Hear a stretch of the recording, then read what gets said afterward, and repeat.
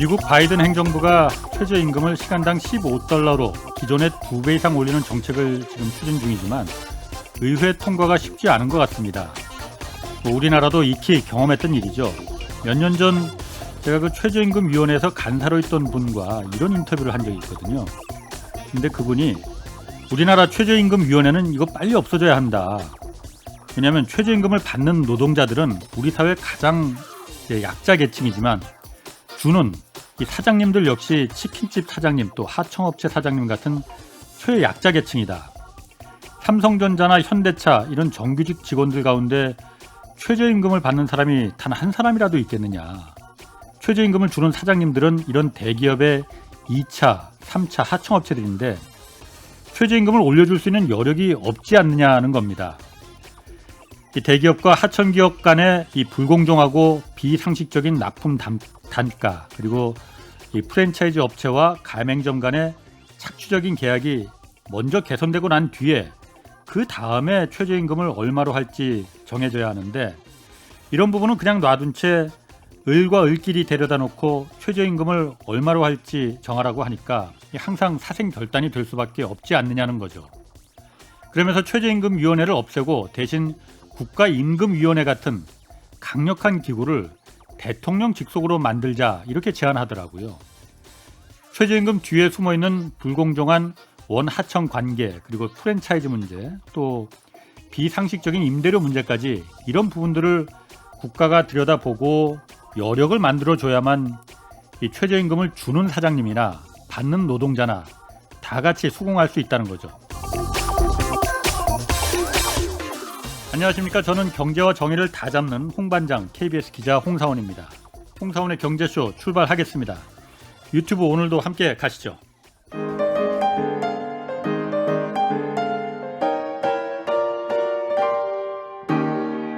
경제방송 많으면 많을수록 아무거나 들으시면 큰일 납니다. 홍사훈의 경제쇼를 전적으로 믿으세요.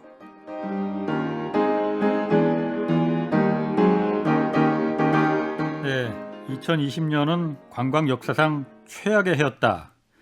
UN 세계관광기구가 지난달 28일 발표한 2020년 국제관광 현황 보고서의 이게 제목입니다. 뭐 당연히 공감하시겠죠. 뭐 익히 실감하고 있는 내용이지만은 국제기구가 이제 공식한 발표한 제목이어서 이게 더 좀 무게감이 다르게 느껴지는데요. 이전에 우리가 경험하지 못했던 여러 가지 문제들을 해결해야 할 겁니다. 관광업계 또 한국 관광업계가 나아갈 방향이 어떻게 돼야 하는지 이훈 한양대 관광학부 교수와 점검해보는 시간 오늘 갖겠습니다. 이훈 교수님 안녕하세요. 네, 안녕하세요. 예. 3월에 한국관광학회 신임 회장으로 취임하신다고 이게 가뜩이나 어려운 시기에 네. 어려운 직책을 맡으셨네요. 네, 그렇습니다. 저희가 이제 선거로 2년 전에 수석 부회장을 뽑는데요. 예. 이미 이제 수석 부회장으로 뽑히고 나서 올 3월부터는 회장으로 취임해서 예. 회원들과 함께 한국 관광학을 발전시키고자 합니다. 그렇군요. 아까 제가 그 UN 세계 관광기구가 발표한 보고서에 국제 관광 현황 보고서에 제목이 그거였어요. 2020년 관광 역사상 최악의 해다. 네. 교수님도 당연히 체감하시겠죠. 더 네. 체감하실 것 같아요. 그렇죠. 사실 우리가 책에서만 보았던 전 세계가 멈추는 팬데믹이라는 상황을 맞았잖아요. 예. 이동을 전제로 한 여행이 사라지고 사람들의 삶을 바꾼 기이한 세상이었다고 생각합니다. 하지만 여행과 놀이는 사라지지는 않을 것인데요. 예. 한국관광학회는 그래도 사회와 호흡하면서 관광 산업이 다시 회복하고 사람들이 여행 행복을 다시 찾을 수 있도록 최선의 노력을 다할 계획입니다. 올해 그러니까 그쪽 여행업계, 관광업계에 있는 분들 뭐 당연하겠지만은 뭐 관광 지금 신임 회장으로 이제 취임하시잖아요. 네. 그러니까 뭐 바라는 점도 많이 있었을 것 같아요. 네. 실제로 업계는 굉장히 어려운 시기를 맞았으니까 예. 여러 가지의 그 대안들을 정부에서 요청하기도 했고요. 예. 또 실제로 또 어려운 사정을 들어주기조차 예. 잘 못한다 뭐 이러는 하소연을 내보기도 했습니다. 사실 여러 곳에서 어려운 상황 속에서는 뭐 불만과 불평도 있었지만 예. 실제 상황 자체가 매우 어렵기 때문에 이것을 해소하기 위한 각계 노력들이 필요한 시점이라고 생각합니다.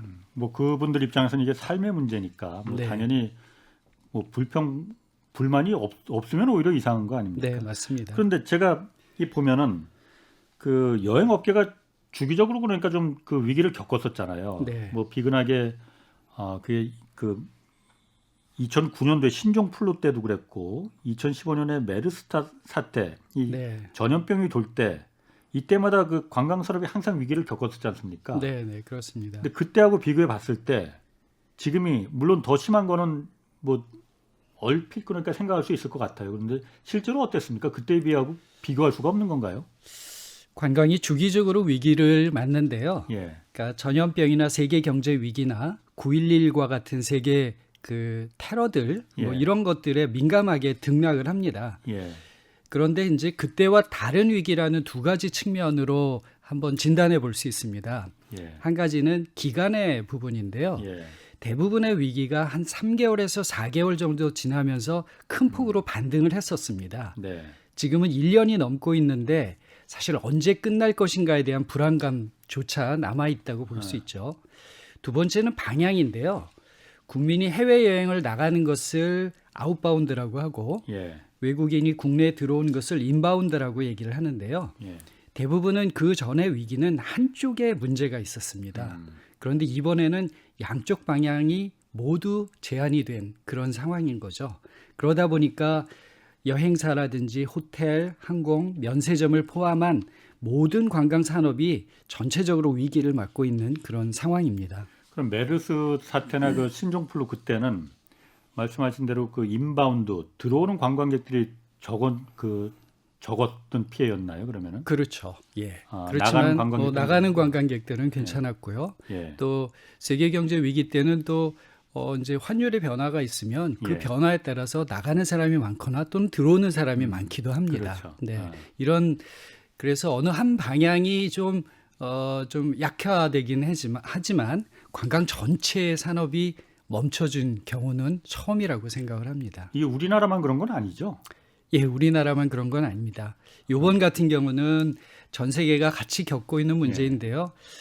UNWTO가 그동안에 이제 낸 통계를 보면은 예, 1990년에 세계 관광객이 약 4억 3,900만 명 정도였습니다. 예, 그런데 2019년에는 약 14억 5,900만 명까지 올라갔어요. 그러니까 한 10억 명 정도가 더 올라간 거죠. 예. 그런데 작년 코로나 발생으로 2020년에 다시 약 4억 명 정도로 줄어들었습니다. 예. 그러니까 딱 30년 전으로 돌아갔다라고 볼 수 있습니다. 30년 전으로. 네.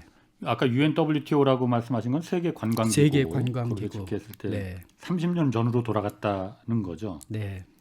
그러면은 아까 말씀하시기를 예전에 그 관광업계 위기 때는 이게 한 3개월, 4개월 정도에 그쳤는데 네. 지금은 1년 이상 지금 이렇게 지속되고 있는 거잖아요. 네, 그렇습니다. 근데 이게 곧 끝날 것 같지도 않단 말이에요. 지금 백신이 물론 이제 접종을 우리나라도 시작을 이제 곧 하지만은 네. 그렇다고 해서 관광업계가 바로 사람들이 다 야 이제 그 여행 가자 뭐 이렇게 하지는 않을 거 아니에요. 그렇죠. 그렇죠. 사실은 그래서 굉장히 어려운 부분이 그 부분입니다. 아직은 이제 정확하게 예. 백신의 공급과 그다음에 집단 면역이 언제 형성될지 이게 확정되지 않았잖아요. 아직 먼 얘기인 것 같은데. 네. 그러다 보니까 여행도 역시 이것에 연동될 수밖에 없는 거죠. 그렇지만 다만 한 2023년 정도를 그 가장 이제 최근에 2019년도가 지금까지 여행의 역사상 가장 이제 번성했을 때라고 보는데요. 예. 그때로 돌아가려면 한 2023년 정도 되지 않을까 이렇게 예상을 하고 있는 거죠.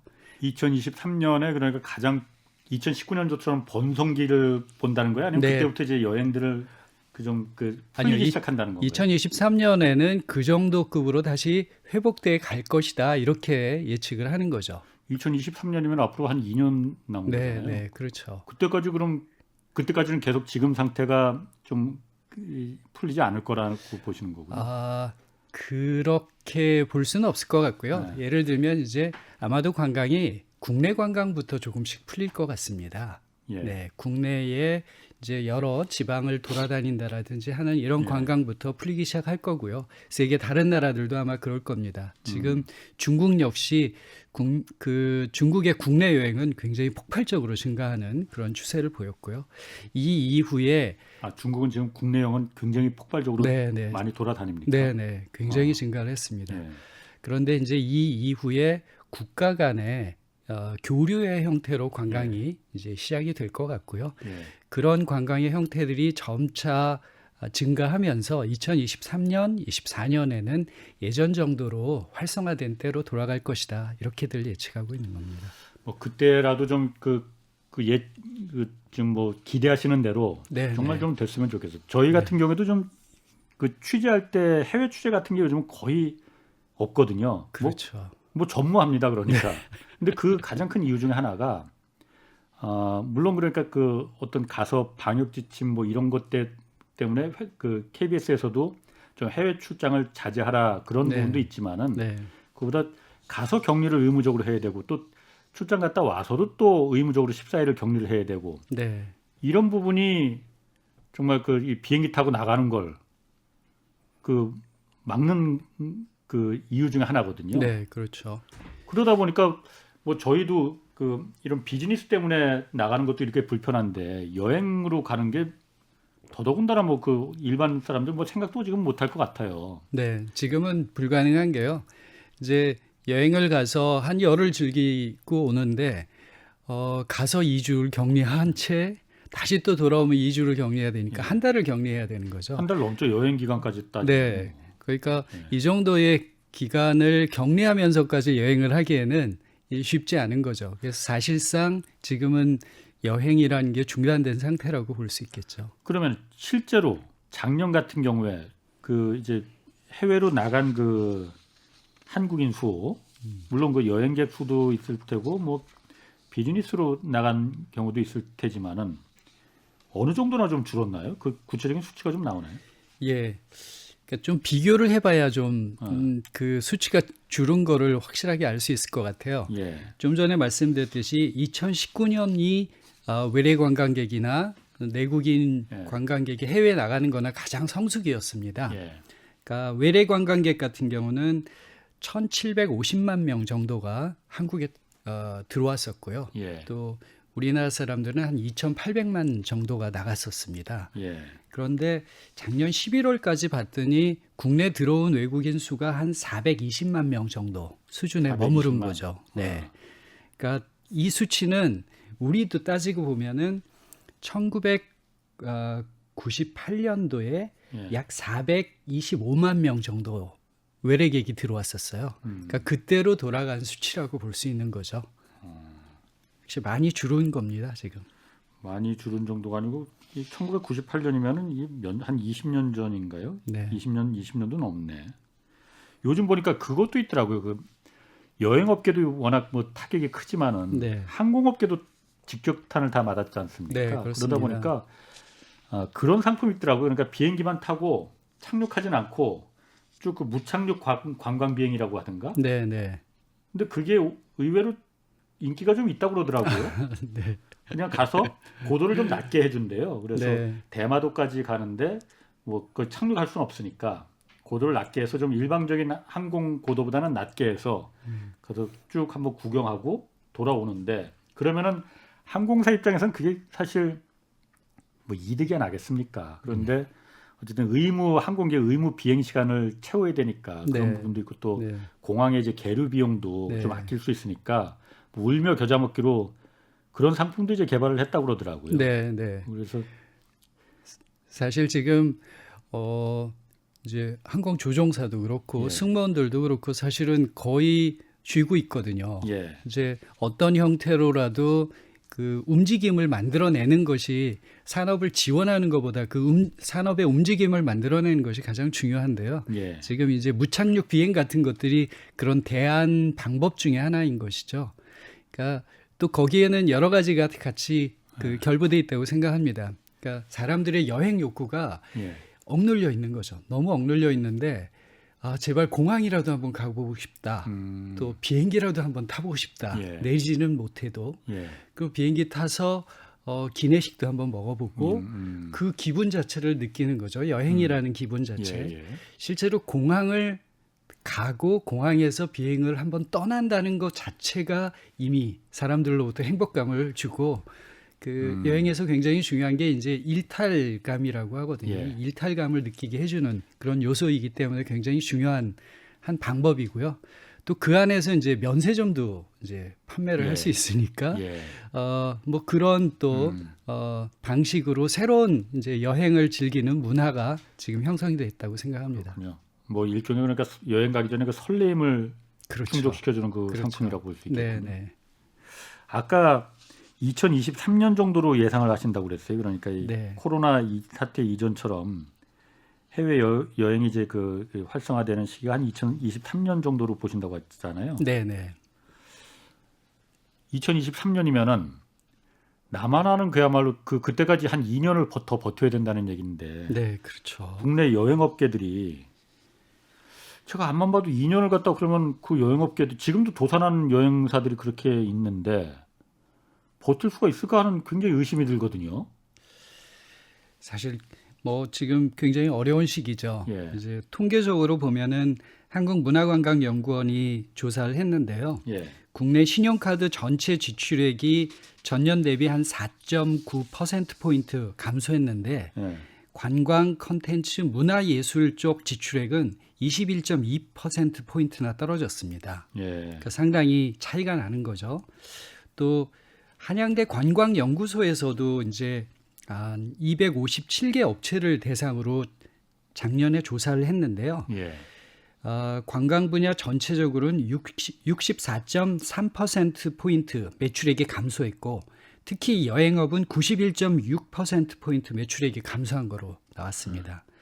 또 1단계에서 10단계까지 관광 사업체의 위기 정도를 조사했는데요. 예. 여기에서도 보니까 구조적 위기 단계가 7단계부터로 보고 10단계는 이제 휴업이나 폐업을 하는 그런 단계예요. 그런데 여기까지를 봤더니 78.9% 정도를 차지한 거죠. 특히나 여행업은 94.2%가 구조적 위기라고 인식하고 있고 숙박업이 66.7%로 그렇게 생각하고 있었습니다. 그래서 관광 산업에서는 드물게도 사실 이쪽 분들이 굉장히 좀 순하신 분들인데요. 예. 지난달에는 국회의사당에서 관광 산업에 대한 정부와 국회 지원을 촉구하는 피켓 시위도 하기도 했죠. 여행 업계가 처한 현실을 보여주는 상황이라고 생각합니다. 그렇군요.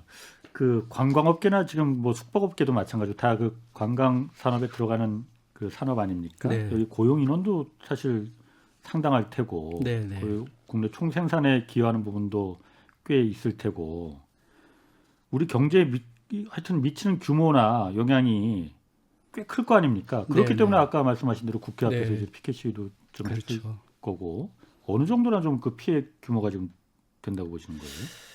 한국문화관광연구원이 이제 관광 레저 소비 지출을 근거로 제시를 한 그 통계가 있습니다. 네. 2019년에 지출액이 115.7조 원이었는데요. 예. 2020년에는 93.8조 원으로 약 22조 원 감소한 거로 추정을 했습니다. 예. 그리고 한양대 관광연구소에서도 여기는 이제 서울을 대상으로만 관광객 소비 지출을 분석을 했는데 약 15조 원 감소한 것으로 나타나고 있습니다. 예.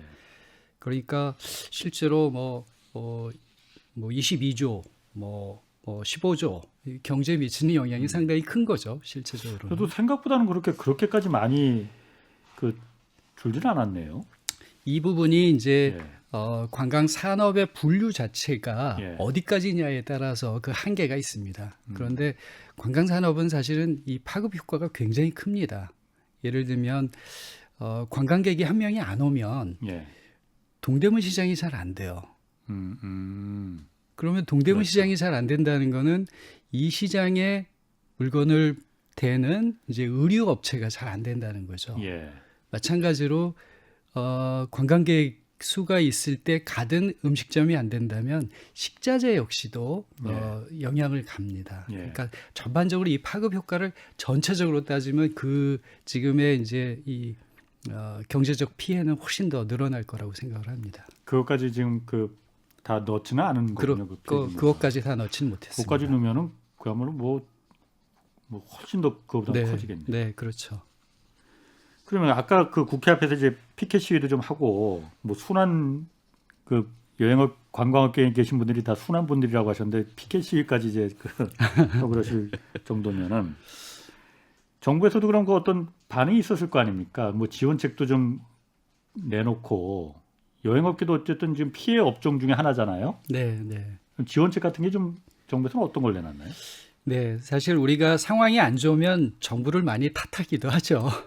그런데 정부도 사실 빠르게 움직인 것들이 있습니다. 예. 이제 몇 가지 지원 대책들을 실행을 했었는데요. 예. 이제 대표적으로는 특별 융자나 예. 이제 상환 유예 같은 금융 지원, 예. 이제 내국세나 지방세 같은 걸 연장하거나 유예하는 세정 지원, 또 고용 유지 지원금 같은 고용 지원, 예. 대출 보증 기한을 연장하는 보증 지원 같은 이런 제도들을 시행을 했었고요. 또 각 지자체에서도 자체적으로 관광 산업을 지원하는 정책들을 하기도 했습니다. 예. 그 중에 대표적으로 서울시 같은 경우는 서울형 위기 극복 프로젝트로 여행업, 숙박업, 마이스업 같은데 한 500만 원씩 지원을 하기도 했습니다. 마이스업이라는 게 네. 어떤? 마이스업은 이제 회의라든지 예. 국제 회의 같은 거, 또 뭐 인센티브 그 관광객들 예. 이런 것들을 다 총괄해서 이제 마이스라는 업종으로 얘기를 합니다. 그렇군요. 네. 지금 정부에서 그 소상공인들 이번에 그 집합 제한구역 뭐 음식점이나 뭐 헬스장 이런 소상공인들한테는 이제 재난 지원금 같은 걸 이제 특별히 교부를 하잖아요. 네, 네. 여행업체들도 그런 대상이 되는 건가요? 안타깝게도 네. 사실은 여행업 부분에 있어서는 그게 해당이 되지 않고 있습니다. 그래서 여행업은 집합 금지 업종도 아니고 예. 집합 제한 업종에 포함되어 있지도 않아서 지원금의 지급 대상에서 빠져 있기 때문에 지금 업계에서는 이거를 많이 요청을 하고 있습니다. 실제적으로 우리가 이제 전에 말씀했듯이 2주 정도 격리를 한다는 것 자체가 사실 여행을 할 수 없게 만드는 거였잖아요. 또 한편에서는 호텔 같은 객실을 50%만 활용할 수 그렇죠. 있게 또 했었거든요. 사실 이런 부분들이 어떤 면에서는 제한을 가한 것이기 때문에 여행업에 대한 이런 지원 정책들도 정부에서 좀 구체적으로 고민해 봐야 한다고 생각합니다. 지금 그러면은 더 필요한 그 정부가 좀 어떤 부분을 아까 그 지금 그 재난 지원금 뭐 지원금 같은 대상에도 이제 빠져 있는데 이거 넣어달라라는 부분도 있고 더 필요한 정부에 요구하는 그 지원책이 관광업계가 있을 것 같거든요. 네. 그럼 네. 어떤 게 좀 더 있나요? 예, 이것도 조사를 해보니까요. 예. 약 80.2%가 1순위로 예. 기업이 지금 현실적으로 운영하기 굉장히 어렵다는 거죠. 그래서 직접 지원을 좀 해달라는 요구들이 많았고요. 예. 두 번째는 이제 신용이라든지 융자 지원을 해달라라는 게 2순위로 가장 높았습니다. 예. 지금 이제 정부에서 하고 있는 게 사실 2순위에 대한 것들을 주로 지원을 하고 있는 거죠. 그러다 보니까 아마도 정부의 입장에서는 뭔가 합법적인 근거나 자료가 있어야 지원을 할 수 있기 때문에 이렇게 가고 있는데, 그러니까 업계가 원하는 것과 지원 간에 이 괴리가 조금 발생한다고 생각을 합니다. 이 부분들을 어떻게 해결하느냐가 앞으로 이제 굉장히 중요한 그 과제가 될 것 같고요. 예. 두 가지 차원의 지원이 필요할 것 같아요. 전반적으로 보면은 현재를 유지할 수 있도록 좀 잘 지원해 주는 것, 이게 이제 직접 지원까지를 포함하는 거고요. 두 번째는 견딜 수 있으려면 미래에 대한 희망도 있어야 된다고 생각합니다. 예. 그러려면 이제 관광 산업을 어떻게 혁신시키도록 우리가 할 것이다. 정부도 지원할 것이고 각 업체들도 좀 혁신을 위해서 어떻게 할 것인가라는 것들의 고민을 같이 하자라고 하는 것. 그리고 그런 혁신은 이후에는 아마도 한국의 관광 산업은 더 발전할 것이다라고 하는 어떤 희망의 메시지, 그리고 희망의 움직임 같은 것도 같이 있어야 된다고 생각을 합니다. 뭐 희망의 메시지도 좋지만 그게 메시지만 갖고 먹고 사는 문제가 해결되는 건 아니잖아요. 네, 네. 지금 처해 있는 여행업계나 관광업계가 처해 있는 현실이 앞이 안 보이는 거니까 희망의 메시지도 물론 중요하겠지만은 좀 답답하긴 답답하네요. 네. 그, 그러니까 예를 들어서 이제 싱가포르 같은 경우에는 네. 이제 직접 지원도 하지만 예, 관광업체의 그 종사원들에게 혁신적인 교육을 시키려고 굉장히 많이 노력을 합니다. 이제 관광 산업이 이렇게 변해갈 거야. 그러기 예. 때문에 혁신 교육을 시키는데 그냥 교육을 시키는 게 아니라 교육을 받는 사람들한테는 수당을 지급을 하는 겁니다. 그러니까 한 90% 정도의 수당을 지급하면서 예. 교육을 받으면서 견딜 수 있도록 만드는 거죠. 일종의 지원금. 네, 제도네요. 지원금인데 미래를 대비할 수 있는 지원금을 제시하는 그런 예. 정책이라고 볼 수 있습니다. 그거 괜찮을 것 같은데요. 네. 그게 뭐 꼭 관광업계뿐만이 아니고 다른 여러 가지 우리 사회에서 지금 피해를 보는 업종들이 많이 있지 않습니까? 네, 그런 그렇죠. 그런 부분에 싱가포르의 제도 같은 걸 도입하는 것도 굉장히 좋은 방법일 것 네, 같은데. 필요하다고 생각합니다. 예. 왜냐하면 우리가 코로나19를 보면서 와, 이게 앞으로 세상은 정말 위드 코로나가 되든 애프터 예. 코로나가 되든 변할 거야라고 하는 거를 실감을 했잖아요. 예, 그리고 산업도 변할 거예요. 예, 그러면 우리는 그러기 위해서 어떤 준비를 해야 될 것인가? 이것을 교육을 통해서 예. 미리 준비하고 있으면 새로운 시대에 새로운 어떤 혁신을 우리가 주도할 수 있게 될 수도 있다고 생각합니다. 지금 어쨌든 그 관광업계 또 숙박업계, 여행업계 고용된 인원들이 만만치 않은 인원인데 그 고용이 지금 계속 그 고용을 유지할 수가 없을 거 아닙니까? 네, 고용 어쨌든 뭐 사람을 이제 쓰던 사람을 뭐 안타깝지만 해고시킬 수밖에 없고 네. 줄일 수밖에 없고 그럴 수밖에 없을 것 같은데 그런 부분에 대한 그 어려움도 많을 것 같아요. 네, 어쨌든 사람이 자원인데 그 사람을 계속 둘 수 없는 네. 그런 부분에 대한 뭐 어떤 정부에서 지원이나 보상 뭐 이런 것도 있습니까? 예, 실제로 관광 산업이 이제 사람을 가장 많이 고용하는 산업이잖아요. 예, 그런데 이번 사태로 인해서 특히 여행업이든 호텔이든 많은 부분에 있어서 사실은 계속 고용할 수 없기 때문에 그 사람들을 많이 내보내고 있습니다. 지금은. 그래서 또 이 사람들이 또 다른 쪽으로 전업을 지금 하고 있거나 예, 뭐 이런 그 상황들이 빚어지는 거죠. 근데 좀 안타까운 것은 이분들이 그 업계에서 상당히 오랫동안 가지고 왔던 노하우들이 상당히 쌓여 있고 예, 이게 관광이 회복될 시에는 정말 필요한 그 인력과 노하우들이거든요. 이것들을 우리가 자산을 잃어가고 있는 현상이라는 게 현재의 현상입니다. 예, 그래서 정부도 이제 대책을 내놓긴 했었어요. 그 고용 유지 지원금이라는 걸 통해서 예, 일정 정도 특히나 이제 숙박업, 공연업, 면세점 등 한 8개 업종에 대해서는 이런 지원금을 줬는데요. 예, 아쉽게도 이게 기간이 정해져 있어요. 그래서 업계에서는 이걸 좀 지속해서 계속 좀 지원을 해달라라고 하는 걸 요청하고 있습니다. 기간이 어느 정도나 좀 됐었는데 이게 이제 한 번 작년까지 했었고요. 이게 예. 연말까지 다시 또 연장이 됐었고요. 그 연장 기간들이 일단 정해져 있다 보니까 예, 코로나가 끝나지는 않은 상황이잖아요. 그래서 이게 그래도 다시 회복될 때까지는 좀 예. 연장을 해달라라고 하는 요구들을 하고 있습니다. 그렇군요. 아까 뭐 싱가폴 그 지원금 그 교육 받으면은 대신 거기 이제 지원금을 주는 그런 제도도 얘기를 하셨는데 네, 네. 당연히 뭐 다른 나라도 다 그 관광업계 가장 직격탄을 맞았을 것 같은데 다른 나라는 어떻게 대응하고 있는지 그것도 한번 좀 보셨나요? 네.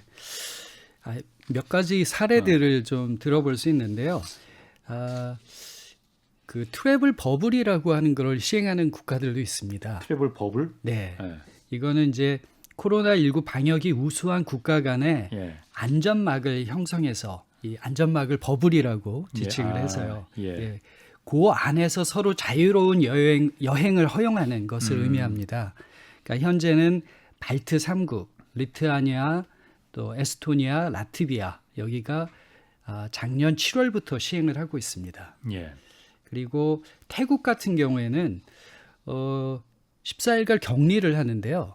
대신 이 사람들은 한 270일, 한 9개월 동안 체류할 수 있는 특별 비자를 제공을 해서 아예 온 김에 오래 쉬고 가도록 하는 그런 제도를 사용하고 있습니다. 격리는 하는데 네, 대신 한번 들어오면은 오래 있다가 갈 수 있도록 만들어주는 그러니까 거죠. 비자 제도를 그럼 좀 유연하게 네, 유연하게 만든 만든 거군요. 겁니다. 네. 그다음에 싱가포르이 여러 가지 제도들을 또 시행을 하고 있는데요. 여기는 이제 국민이나 방문자 모두에게 전자목걸이라든지 또는 그 트래킹을 하는 앱을 깔도록 해서요. 예. 국내 여행을 할 수 있도록 만들어 줍니다. 대신 요 기록은 한 3일 후에는 없어지는데 그 기록을 동의하도록 했을 경우에 예. 이제 국내 여행을 할 수 있도록 활성화시키는 그런 제도를 만들어 놓고 있고요. 아니, 그러니까 그 트래킹을 국내에서 외국에 있는 외국인이 싱가포르에 들어와서 네. 트래킹을 할 수 있는 걸 그 전자목걸이 앱을 통해서 그 싱가포르 정부가 갖고 있는 게 예, 정보를 동선에 대한 체크를 하는 거죠. 예. 대신 그 여행객에 대한 정보를 계속해서 가지고 있는 건 아니고 예. 3일 동안만 가지고 있겠다. 예. 어떤 이제 뭐 코로나가 발생됐을 때 예. 그걸 체크할 수 있도록 예, 만들어주는 그런 체크용으로 가지고 있겠다라고 하면서 이런 앱과 이제 앱이 안 깔려져 있는 사람들은 이제 목걸이를 활용해서 이렇게 국내 여행을 할 수 있도록 만들어주는 제도를 하고 있고요. 예. 또 코로나 이제 보험을 또 들어갔고요. 예. 이 보험을 실시를 하고 있습니다. 어. 네. 그리고 또 관광 산업에 대해서 지원하고 있는 곳도 있어요. 예. 일본 같은 경우는 1조 6,700억엔 규모 상당한 수준이죠. 예. 그러니까 우리나라 따지면 한 17조 정도 되는 것 같습니다. 그러네. 예. 예, 여기에 이제 예산을 편성하고 있고요. 예. 숙박 당일 여행 비용의 한 50% 정도를 지원하고 있습니다. 예. 싱가포르 같은 경우 아까 말씀드렸듯이 임금 이제 항공이나 여행, 호텔 등에 있는 사람들의 임금의 한 75%를 지원하는 제도 같은 것들을 쓰고 있고요.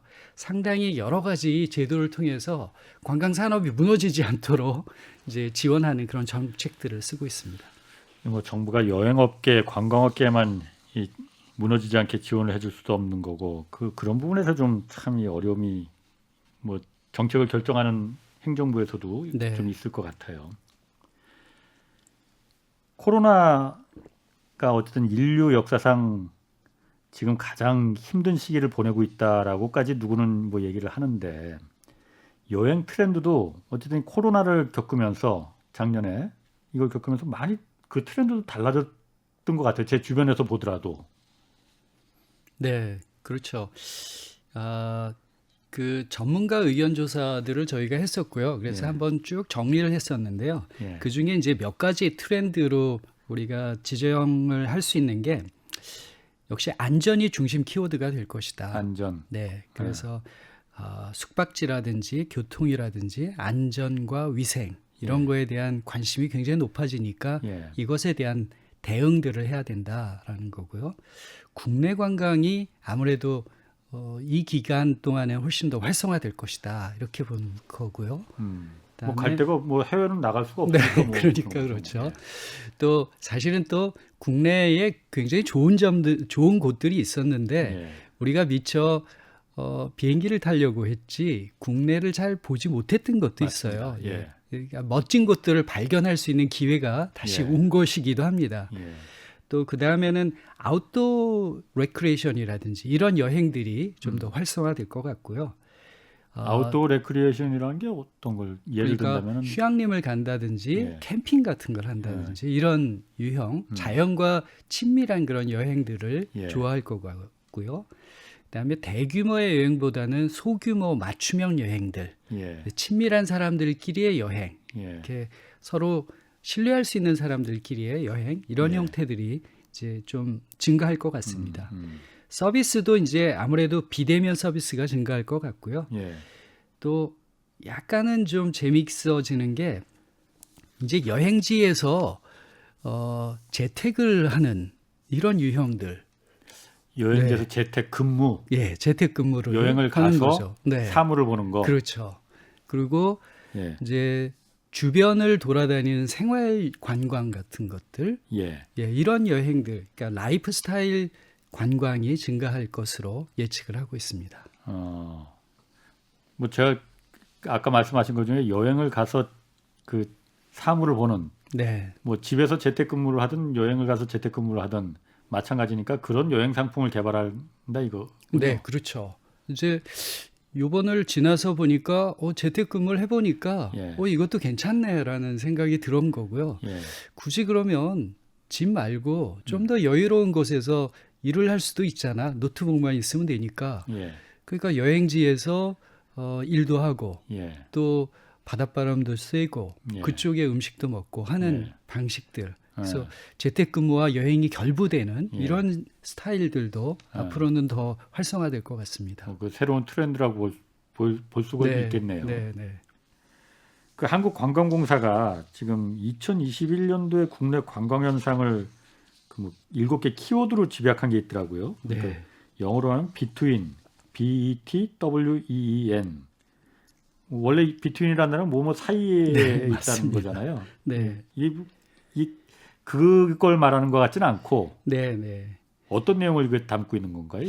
이게 이제 각 키워드들의 앞자를 따서 아. between이라고 한 건데요. 예, 이제 균열을 얘기하는 break, 예, 뭐 위로를 얘기하는 encourage, 뭐 연결을 얘기하는 tie, 뭐 그 어디든 T. 간다 해서 wherever, 뭐 아, 강화를 얘기하는 enhance, 예, 뭐 기대를 얘기하는 expect, 예. 주목의 note 이런 걸 따서 그 앞 글자만 딴 거군요. 네, 이렇게 얘기를 했습니다. 아, 사실 트렌드를 제시하는 건 매우 의미 있는 일인데요. 예, 개인적으로는 조금 억지스럽게 단어를 맞추는 거를 그렇게 좋아하지는 않습니다. 예. 다만 여기에서 이제 위로라고 한 측면에서 아, 사실 코로나 블루로 사람들이 상당히 힘들어 하는데 이제 예. 힐링을 제시한다라든지 이런 아. 것들이 트렌드가 될 것이다. 예. 또는 기대의 측면에서는 사람들이 여행에 대한 욕구가 굉장히 높기 때문에 코로나가 끝나면 바로 여행 가겠다는 그 응답들이 굉장히 높다라는 거죠. 높습니다. 이런 것들은 예. 예, 그런 것들은 굉장히 의미 있는 제안이라고 생각합니다. 그럼 그 between 뭐 약간 좀 어거지로 끼워 맞춘 것 같다는 얘기도 하셨는데 이 7개 키워드를 봤을 때 올해 하여튼 우리 정부에서도 그렇고 당국에서도 그렇고 여행 관광 업계에서도 그렇고 이 주요 이슈들을 좀 어려운 시기니까 올해도 2023년까지는 좀 풀리지 않을 거라고 보시는 거잖아요. 네, 그럼 네. 올해도 어려운 시기를 헤쳐나가야 되니까 네. 뭐 설정해놓은 주요 이슈들 같은 게 좀 있을 것 같아요. 네. 문화체육관광부가 2021년 주요 사업을 밝혔는데요. 그 중에서 관광 산업 중심으로 좀 보면 아무래도 이제 지역 관광을 좀 활성화시키겠다 이런 그 제안들을 하고 있습니다. 그래서 지역의 역량을 좀 강화시키고 철도라든지 공항 같은 지역 관광의 접근성을 확대시키겠다 이런 사업들 또 예. 그러니까 국내 지역 관광, 네네. 알려지지 않은 관광 명소들을 더 개발하겠다 뭐 이런 부분이 있고. 네, 예. 그렇습니다. 이번 기회에 국내 관광을 조금 더 활성화시키기 위한 기반을 잘 다지겠다라는 거고요. 예. 그다음에 방한 관광 시장을 좀 다변화한다는 측면에서도 이제 국가 간의 아까 트래블 버블이라고 하는 거 이런 예, 예. 걸 한번 추진하려고 노력을 하고 있고요. 그러면 그 아까 그 트래블 버블이라는 게 우리 아까 뭐 발트 3국이나 이런 데는 인접국들 네. 간에 뭐 그 협약을 맺은 것 같고 협약을 맺은 거죠. 아. 네. 우리 같은 경우에는 그 트래블 버블 괜찮은 것 같아 그러면은 어디랑 해야 되겠습니까? 우리 같은 경우는 지금 그 대만이 예. 상대적으로 이제 방역을 좀 잘하고 있는 편이고요. 그다음에 호주라든지 뉴질랜드가 좀 예. 잘하고 있습니다. 예. 그러니까 우리만 좀 어느 정도 잘 그 잡고 나면 예. 이들 국가들하고는 여행도 많이 하는 국가들이니까 예. 해볼 수 있지 않을까 생각을 합니다. 그럼 그렇게 되면 그 나라에서 만약 그 오케이 하면은 가서 격리하지 않아도 되고 들어와서 격리하지 않아도 되고 이걸 네, 허용해 주겠다는 그렇죠. 거죠. 그러니까 사전에 잘 체크를 하도록 만들고 예. 다니는 동안에 그거를 이제 트래킹을 좀 해서 네. 체크를 하고 아, 그러면 또 도착한 이후에 이제 검사를 했을 때 굳이 2주를 격리하지 않아도 이 사람들을 각 국가들을 서로 신뢰하면서 그 검사들을 인정하겠다는 거죠. 그러면 제한적이라도 여행이 지속될 수 있다고 생각을 하는 거죠. 그거는 뭐 사실 우리뿐만이 아니고 그 나라들도 원하는 것 중에 하나일 것 같은데요. 원하고 있습니다. 예. 그럼 그게 좀 뭐 괜찮은 아이디어 같아요. 네네. 그 구체적으로 좀 이렇게 좀 민간 차원에서라도 그런 부분이 좀 이렇게 좀 추진이 되거나 진행되거나 그런 건 있습니까? 사실 이거는 정부 간의 협약이 돼 있어야지만 민간이 움직일 수 있는 물론 거라서요. 외교적인 그 네. 절차가 필요할 것 같아요. 네. 민간에서는 지금 이제 사람들이 왔을 때 어떻게 관리할 것인가에 대한 프로토콜 같은 것들 이런 것들은 준비를 하고 있습니다. 예. 그래서 시작이 되면 어떻게 여행객들을 관리하고 여행지를 데리고 다닐 것인지 이 사람들을 잘 관리할 것인지 예. 이 부분들은 이제 민간의 영역인데요. 예. 이건 어느 정도는 준비되어 있습니다. 예. 그러니까 정부 간의 협약만 잘 맺어지면 가능하리라고 생각이 됩니다. 정부 간의 협약 그거 사실 지금 그러면 정부에서 그런 추진을 지금 하고 있는 건 아니군요. 지금 얘기 들어보니까. 예, 지금은 아직은 우리가 이제 감염의 지금 상황이 좀 진정이 돼야 추진할 수 있는 거기 때문에 기회를 엿보고 있는 것 같습니다. 정부도. 하긴 우리가 지금 암만 그 방역을 잘한다고 하더라도 호주나 뉴질랜드 이쪽은 거의 뭐 10명 단위니까 네, 하루에 네. 확진자 나오는 수가. 네, 그렇죠. 거기 일단 그 나라들이 일단 좀 승낙을 하지는 않을 수도 있겠군요. 네, 네. 우리가 좀 같이 내려가면은 네. 그런 나라들하고 같이 너희들도 좋은 거 아니냐. 그 여행업계 그럼요. 거기도 어려울 텐데 당연히. 네, 그쪽도 한국 관광객이 굉장히 많이 나가는 국가거든요. 그렇죠. 그러니까 한국 관광객을 상당히 원하고 있습니다. 예. 예를 들어서 하와이 같은 데는 한국 관광객 오라고 합니다. 대신 지금도? 네, 대신 이제 그런 그 격리라든지 이제 예. 그 어떤 백신이라든지 예. 또는 이제 검사 같은 이런 예. 조항들을 두고 있는데요. 예. 한국 관광객들을 대부분 다 이제 환영을 하고 있어요. 그런데 만약에 트래블 버블 같은 이런 협약을 잘 맺는다라고 하면 한국에서 많이 갈 수 있는 거죠. 그럼 그 국가들도 도움이 되겠죠.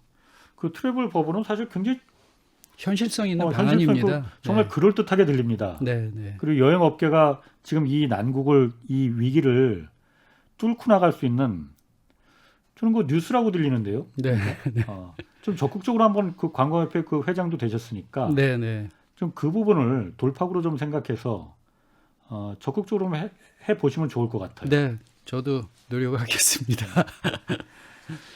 그리고 지금 그 어쨌든 그 이 관광 분야라는 게 변수가 사실 이번 코로나도 그렇지만은 외부 변수가 사실 굉장히 많은 산업이잖아요. 네, 그렇습니다.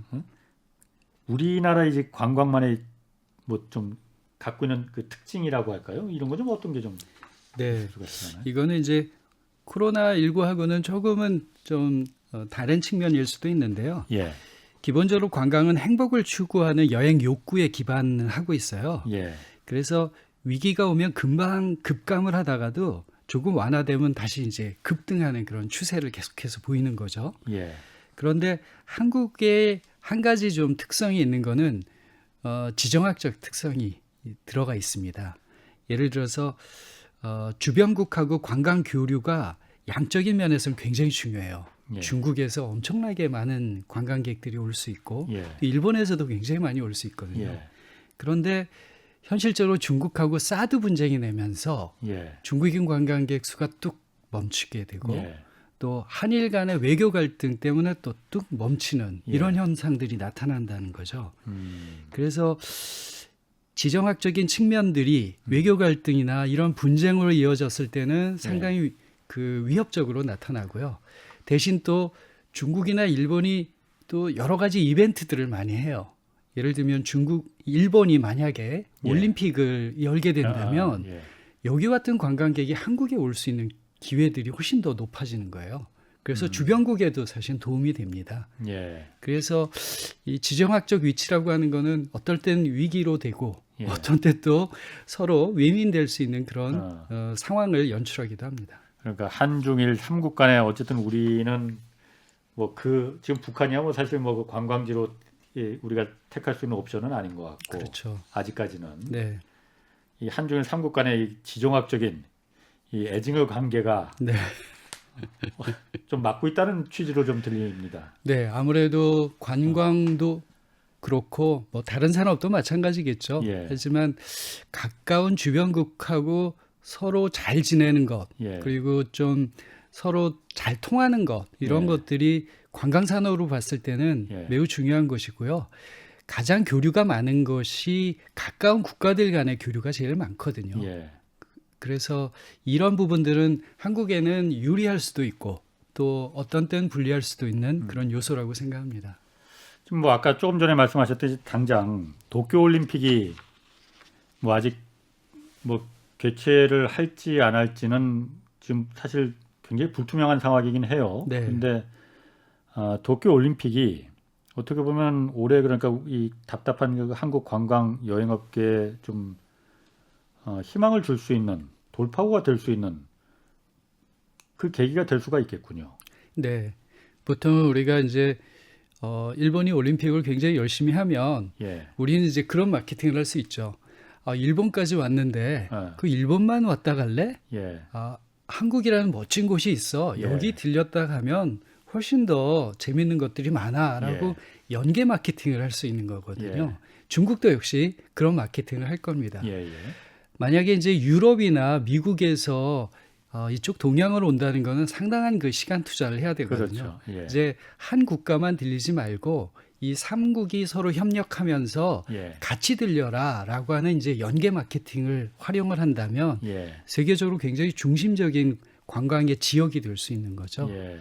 좀 긍정적인 면에서는 그렇게 이제 시사점을 가질 수도 있습니다. 그 보통 평상시 같으면은 그 당연히 그게 그런 관광에 대한 연계 마케팅이 굉장히 그 전략적으로 네, 그런 마케팅을 전략을 펼쳤을 텐데 지금은 사실 코로나 상황이라서 말씀하신 대로 유럽의 관광객들이 일본 한 곳 가기도 사실 그 어려운 더운데 거죠. 네, 한국이나 중국까지 온 김에 같이 들리자 뭐 쉽지는 않을 것 같아요. 네, 네. 쉽지는 않을 것 같지만 그래도 조금 그게 돌파구가 될 수는 있을 거다 이렇게 보고는 계신 거군요. 그렇죠. 이제 전제는 물론 이제 방역이 잘 된다는 전제가 있는 거고요. 예, 그런 상황 속에서 이동이 활성화될 수 있고 여행이 활성화될 수 있는 것들은 예. 주변국의 큰 이벤트도 그 주변국에게는 도움이 될 수 있다는 겁니다. 그렇군요.